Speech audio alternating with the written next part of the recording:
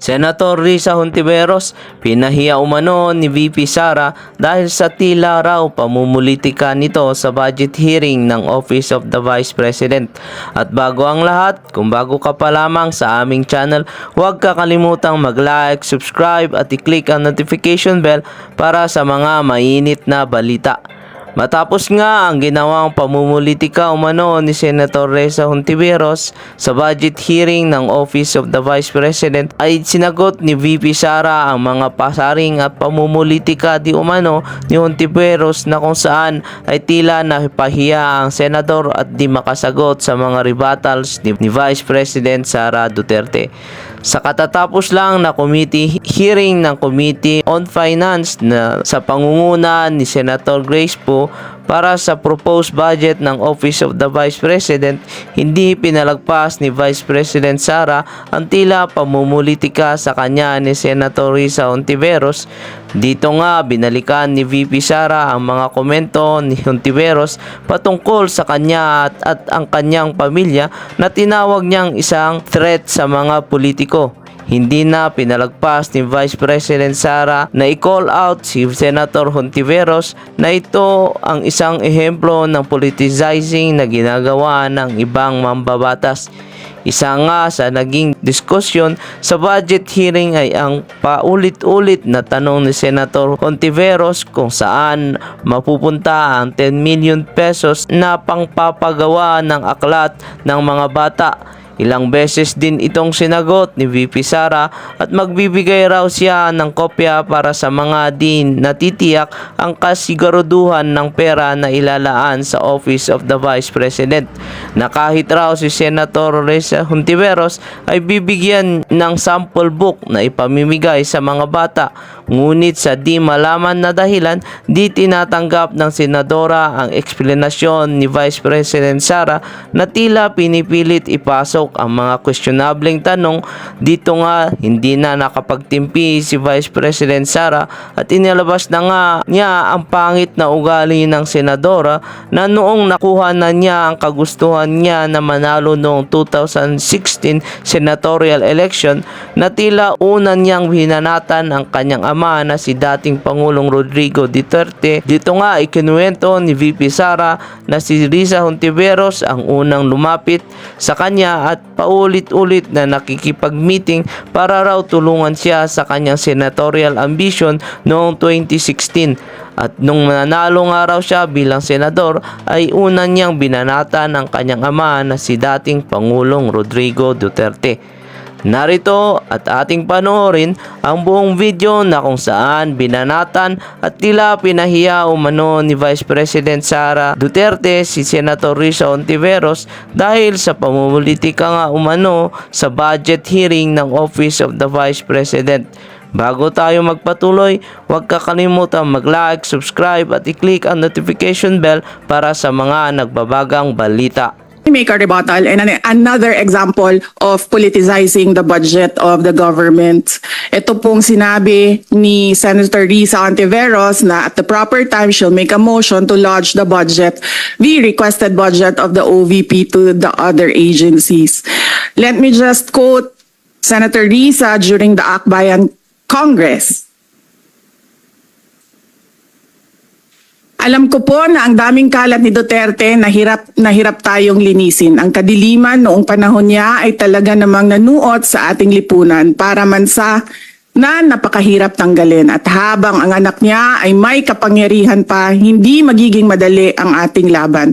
While VP Sara is in power, the threat of a full-blown Duterte comeback is still a very real and present danger. For one, they are supported by one major superpower, China. So that is an example of politicizing the budget of the government.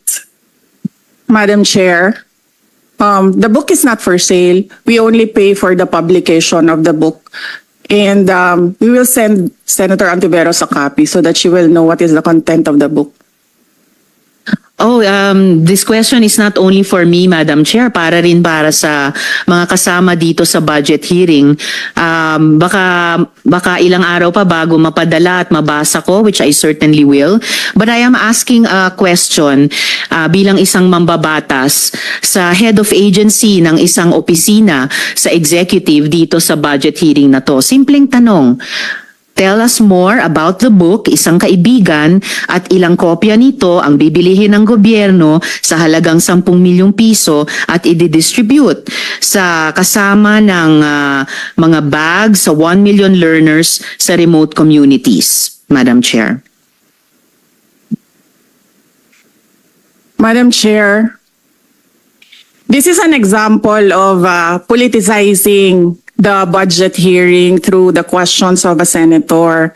Ang problema niya kasi, nakalagay yung pangalan ko doon sa libro. At yung libro na yan, ibibigay namin doon sa mga bata. At yung mga bata na yan, may mga magulang na boboto. At yung pangalan ko ay nagkalat doon sa kung saan man ibibigay yung libro. Madam Chair, we commit to send tomorrow everyone in this room a copy of the book. Madam Chair, hindi ko maintindihan yung ugali ng ating resource person. It is a simple question.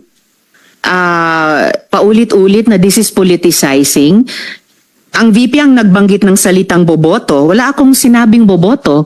I'm simply asking, hindi ko ma-imagine we're making so much trouble, so much fuss about a 10 million peso item na itinatanong ko lang simpleng, what is the book about? At ilang kopya ang bibilihin ng gobyerno sa halagang 10 milyong piso at i-distribute.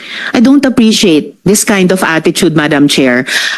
Usually, ang resource persons natin ay nagbibigay ng parehong institutional courtesy sa legislature na ibinibigay natin sa executive. I don't appreciate this kind of attitude. Tolentino, do you have Madam Chair? Madam Chair. Yes, Madam Chair. Hindi ko rin maintindihan ang ugali ni Senator Risa Ontiveros, and I do not appreciate, ano yung sinabi niya? I do not appreciate this kind of behavior and attitude. Madam Chair, noong 2016, tumatakbo si Senator Risa Ontiveros na senator, nakailang talo na siya. So, Dalawa, Madam Chair. okay, dalawa. Natatakot siya sa pangatlong talo niya, kaya pumunta siya sa Davao. Humingi siya ng tulong. Tinulungan siya ng isang kagawad ng Davao na ngayon hindi na siya sinusuportahan. Humingi siya ng tulong sa akin, thinking na hindi mananalo si President Rodrigo Duterte. Kinausap niya ako ng kinausap doon sa law office ko sa Davao City. Sabi ko sa kanya, o sige, tutulungan kita. Chinika niya ako ng chinika. Tapos umalis siya. Siyempre, hindi naman siya tumutulong kay Pangulong Duterte. Hindi din totoo yung sinabi ko na tutulungan kita. Tinext niya ako. Pwede ba akong mag-follow up sa hinihingi kong tulong sa boto dyan sa Davao City? So sabi ko sa kanya, okay, sige. So, tinawagan ko at sinabihan ko at pinakiusapan ko ng pinakiusapan si former Congressman Milen Garcia. Sabi ko sa kanya, Kong, tulungan mo ito. Bigyan mo na lang ng ilang barangay mo at ilang mga leaders mo. Ayaw pa siya tulungan ni former Congressman Milen Garcia. Pinakiusapan ko ulit, Kong, please tulungan mo na lang. Nanalo na siya at nung nanalo siya, anong ginawa niya? Siya ang pinakaunang umatake kay President Rodrigo Duterte. Anong tawag sa ugaling ganito? Magandang hapon po sa lahat, mga kasama ko sa Senado at yung OVP family. Dalawang tanong lang po, Chair, para ngayong araw.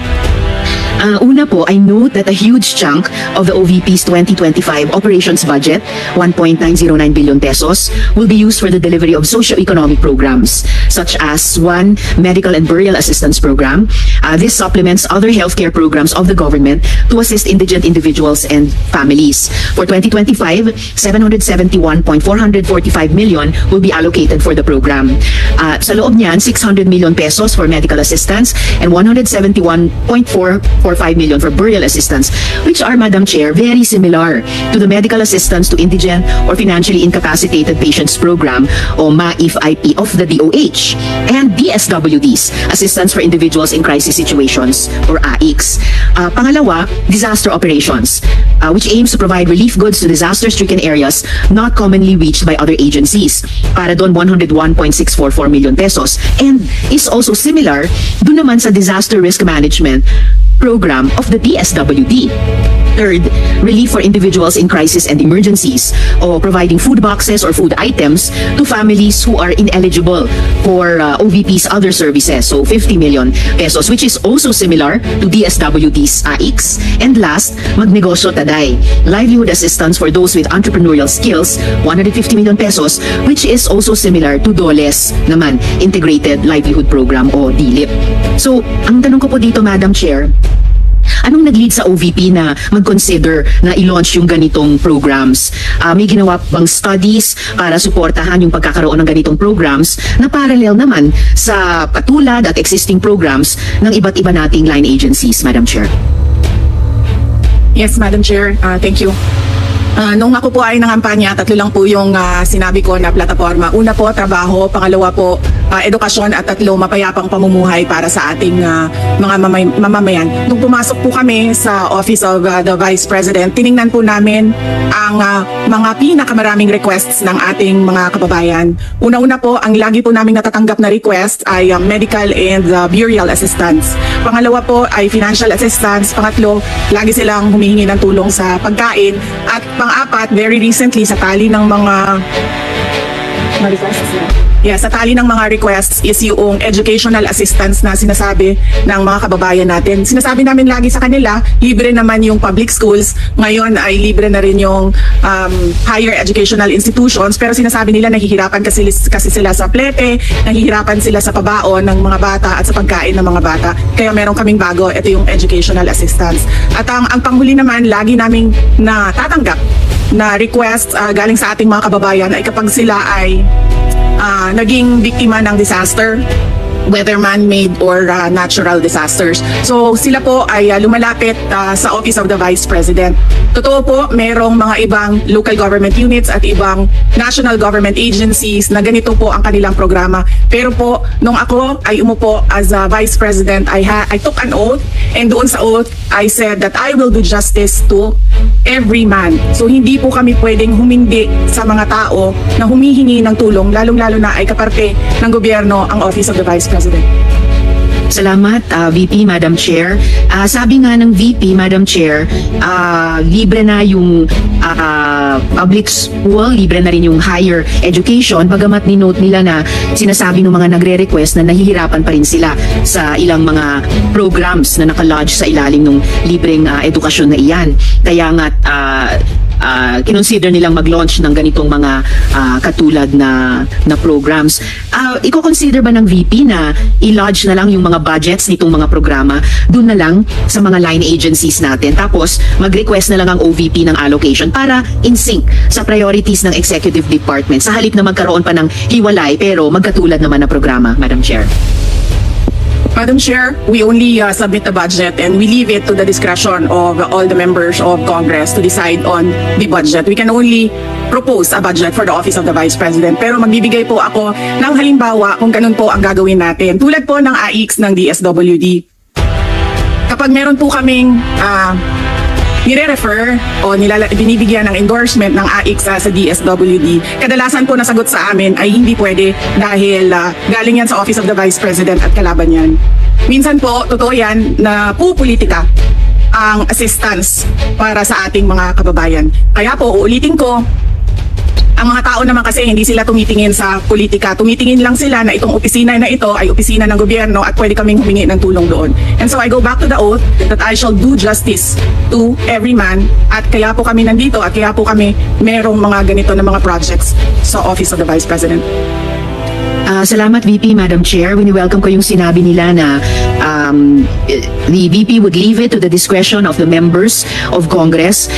Medyo nagitla ko nung sinabing minsan pag may nire-refer ang OVP para sa AIX, ang feedback ay kalaban niya. Dahil Madam Chair, I believe tayo sa Kongreso when we appropriate the budget, merong implicit na assumption tayo doon na pagkatapos in the exercise of our oversight function, yung parehong level ng professionalism we demand of ourselves ay presumption of regularity ina-expect natin sa lahat ng members ng executive, lalo na when they are working together. Kaya gaya ng sinabi ko kanina, wini-welcome ko yung sinabi ni VP na they would leave it to the discretion of the members of Congress, and tayo naman ay hindi tayo bibitaw sa mahigpit nating mag-ensure na these programs be implemented by the appropriate agencies o kahit in collaboration with each other na naaayon talaga sa tamang standards above partisan politics. And therefore, at the proper time, Madam Chair, gagawa ako ng proper motion para i-lodge yung budgets ng mga programang ito sa line agencies na may klarong opportunity for OVP na mag-request for allocation as for other offices in the executive. Yung huling tanong ko sa ngayon, Madam Chair, for 2025, one of the OVP's programs, Pagbabago Campaign, A Million Learners Entries, involves the provision of bags to 1 million learners in remote communities while initiating tree planting activities. This gets an appropriation of 100 million pesos. Part of this campaign is an allocation of 10 million pesos for the distribution of Isang Kaibigan books, a children's book authored by the VP. Pwede po bang sabihin ni VP sa atin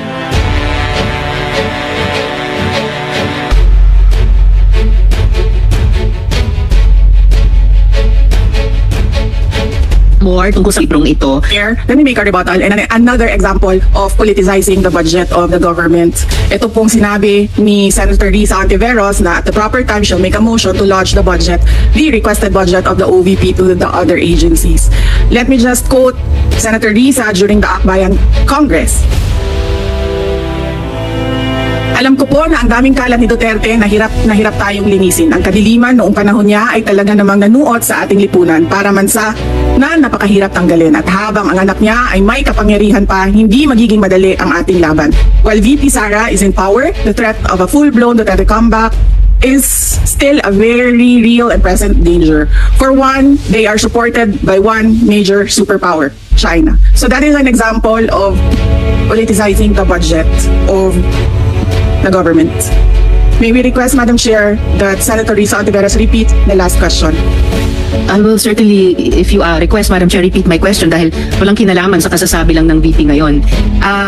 Alam nating lahat na miyembro ng iba't ibang partido, yung speeches natin sa ating mga kamiyembro sa mga party congresses ay hiwalay na event dito sa budget debates. So, I really take exception dun sa sinabi ni VP na rebuttal iyan dahil halimbawa ito sa politicizing. In fact, wala akong tinanong tungkol sa China o kahit sino pa mang ibang bansa dito sa budget hearing na to. I am asking about yung national budget na ipapasa natin sa Kongreso para sa bansang Pilipinas sa taong 2025. At ang pangalawang at huling tanong ko sa ngayon, before I make at the proper time propose an amendment which may or may not be accepted by the chair and by the colleagues, para nga mas i-align ang mga kaperahan natin, lalo na't masikip ang fiscal space natin dun sa mga appropriate programs sa appropriate agencies na malayang-malaya ang OVP makipag-partner sa kanila tulad ng sino pang opisina sa executive.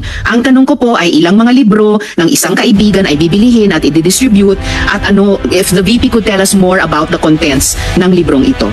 Madam Chair. Madam Chair, the book is not for sale. We only pay for the publication of the book. And we will send Senator Ontiveros a copy so that she will know what is the content of the book. Oh, this question is not only for me, Madam Chair, para rin para sa mga kasama dito sa budget hearing. Baka ilang araw pa bago mapadala at mabasa ko, which I certainly will. But I am asking a question bilang isang mambabatas sa head of agency ng isang opisina sa executive dito sa budget hearing na to. Simpleng tanong, tell us more about the book, Isang Kaibigan, at ilang kopya nito ang bibilihin ng gobyerno sa halagang 10 milyong piso at i-distribute sa kasama ng mga bags sa 1 million learners sa remote communities, Madam Chair. Madam Chair, This is an example of politicizing the budget hearing through the questions of a senator. Ang problema niya kasi, nakalagay yung pangalan ko doon sa libro. At yung libro na yan, ibibigay namin doon sa mga bata. At yung mga bata na yan, may mga magulang na boboto. At yung pangalan ko ay nagkalat doon sa kung saan man ibibigay yung libro. Madam Chair, we commit to send tomorrow everyone in this room a copy of the book. Madam Chair, hindi ko maintindihan yung ugali ng ating resource person. It is a simple question. Paulit-ulit na this is politicizing. Ang VP ang nagbanggit ng salitang boboto. Wala akong sinabing boboto. I'm simply asking, hindi ko ma-imagine we're making so much trouble, so much fuss about a 10 million peso item na itinatanong ko lang simpleng, what is the book about? At ilang kopya ang bibilihin ng gobyerno sa halagang 10 milyong piso at i-distribute. I don't appreciate this kind of attitude, Madam Chair. Usually, ang resource persons natin ay nagbibigay ng parehong institutional courtesy sa legislature na ibinibigay natin sa executive. I don't appreciate this kind of attitude. Tolentino, do you have Madam Chair? Madam Chair. Yes, Madam Chair. Hindi ko rin maintindihan ang ugali ni Senator Risa Ontiveros, and I do not appreciate, ano yung sinabi niya? I do not appreciate this kind of behavior and attitude. Madam Chair, noong 2016, tumatakbo si Senator Risa Ontiveros na senator, nakailang talo na siya. So, Dalawa, Madam Chair. okay, dalawa. Natatakot siya sa pangatlong talo niya, kaya pumunta siya sa Davao, humingi siya ng tulong. Tinulungan siya ng isang kagawad ng Davao na ngayon hindi na siya sinusuportahan. Humingi siya ng tulong sa akin, thinking na hindi mananalo si President Rodrigo Duterte. Kinausap niya ako ng kinausap doon sa law office ko sa Davao City. Sabi ko sa kanya, o sige, tutulungan kita. Chinika niya ako ng chinika. Tapos umalis siya. Siyempre, hindi naman siya tumutulong kay Pangulong Duterte, hindi din totoo yung sinabi ko na tutulungan kita. Tinext niya ako, pwede ba akong mag-follow up sa hinihingi kong tulong sa boto dyan sa Davao City? So sabi ko sa kanya, okay, sige. So, tinawagan ko at sinabihan ko at pinakiusapan ko ng pinakiusapan si former Congressman Milen Garcia. Sabi ko sa kanya, Kong, tulungan mo ito. Bigyan mo na lang ng ilang barangay mo at ilang mga leaders mo. Ayaw pa siya, tulungan ni former Congressman Milen Garcia. Pinakiusapan ko ulit, Kong, please tulungan mo na lang. Nanalo na siya, at nung nanalo siya, anong ginawa niya? Siya ang pinakaunang umatake kay President Rodrigo Duterte. Anong tawag sa ugaling ganito? With due respect to our resource persons and also our colleagues, I think this doesn't really. I understand there's history among all of us here, but I think that we should really stick to the budget. And I think this is just being very objective. I would like to ask also, since we're going to be furnished a copy tomorrow, we can look at it and evaluate what the content of the book is. But maybe just a general, we won't ask line by line, ano ba yung libro na yan? But tell me, is it for good manners and right conduct? That's fine. Is it science? Is it history? So maybe just a general one, so we can just answer it. Because I understand that every office will have its own advocacy and initiative. So, but then, I don't think it's also wrong for us to be curious what it is about. So just a general one. Any of the undersecretaries can tell me what the topic of the book is. Is it history? What is it? Isang kaibigan. Madam Chair, the explanation is in the title, Isang Kaibigan. It's about friendship. Okay. Then that's for the record. It's about friendship. Madam Chair, just the last point. Okay. So kung sana ganun yung naging sagot sa simula pa, di ba? Napakasimple. Simpleng tanong, dapat simpleng sagot. Nagkwento pa ng kwento na sinabi dati na walang kinalaman sa tanong ko. Just for the record, as a last point, Madam Chair, this is public funds and we're making inquiries about them. Budget hearing po ito. Hindi po lahat about you. Pera po ito ng taong bayan. For the record, I Madam think Chair. that's Thank you, nothing Madam Chair. personal, but I Yes. understand the emotion is high. But let's continue on. If you have any more questions, Senator Risa, we will. Those are just my two questions, Madam Chair. Maraming salamat po. Thank you. Senator Tolentino, you had your hand raised earlier. I was about to ask for a minute suspension of the hearing, but since the good chairperson of this committee already gave her guidance on how this budget hearing should proceed, I defer to the wisdom of the chairperson. Thank you. I would like to acknowledge the presence of Senator Bong Revilla and Senator Robin Hood Padilla. Thank you. Anybody else? Senator Mark Villar as well. And Senator Alan, Senator Alan Cayetano. Any more questions? Yes. Senator Amy Marcos, you're recognized. Yes, Samantalang nasimulan na ang pagtatanong tungkol sa budget, nais kong bigyan ng pagkakataon ng pangalawang Pangulo na sumagot sa mga pumupuna sa kanya at laging binabanggit ang mga COA report ng 2022-2023 na mababa daw ang implementasyon at kulang daw ang internal controls at guidelines. May masasabi po ba tayo tungkol dito? May kasagutan po ba ito? Madam Chair. Yes, we call on Attorney Rosalyn Sanchez to answer the question. Good afternoon, Madam Chair. On the first question on the low implementation of some of the programs, Your Honor, some of the programs were just started to be implemented by the office in 2023. So we are still in the process of fine-tuning the details of the program and obtaining the requirements from the applicants of the programs. Specifically on the Magnegosyo Taday project, we have seen that some of our target beneficiaries have difficulty in complying with the requirements, and we are closely working with the Commission on Audit to streamline the process for the application of the program. And on the controls, on the matter of controls, Madam Chair, we would like to know that we have not received, we would like to note that audit findings are still not yet final, and we are again working closely with COA to improve our processes and address the issues that they have raised during the audit, Madam Chair.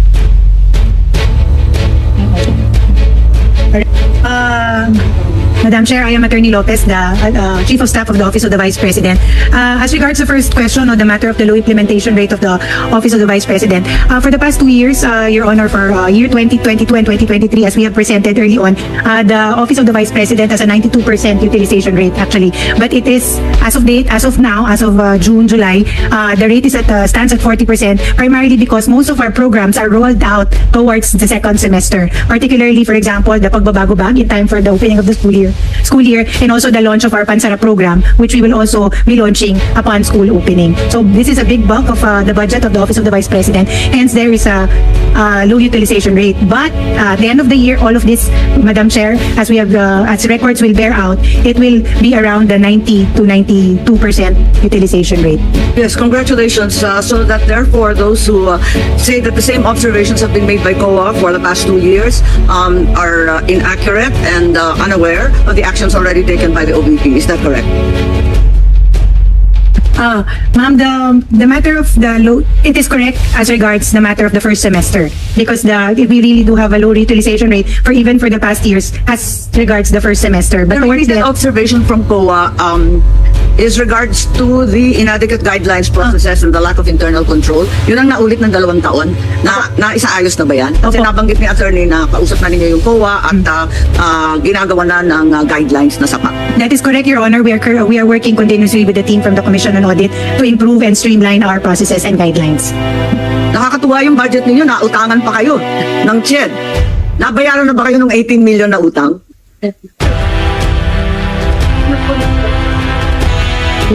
Your Honor, if I may answer the question. Okay. Your Honor, it was partial liquidation by CHED from the time that we had our budget hearing last year until this year, but there is still a remaining amount of 1,993,500 pesos, Your Honor, out of the original 18 million. Hindi kayo nag-iisa. Ang CHED may utang din sa mga senador. Kaya yun ang nakakatuwa sa CHED kung saan napupunta yung pera. At wala na po akong tanong. Ang sasabihin ko lang, talagang hindi naman sa barangay lamang napupolitika yung ayuda, pati dito sa mga senador, pati sa ating pangalawang Pangulo.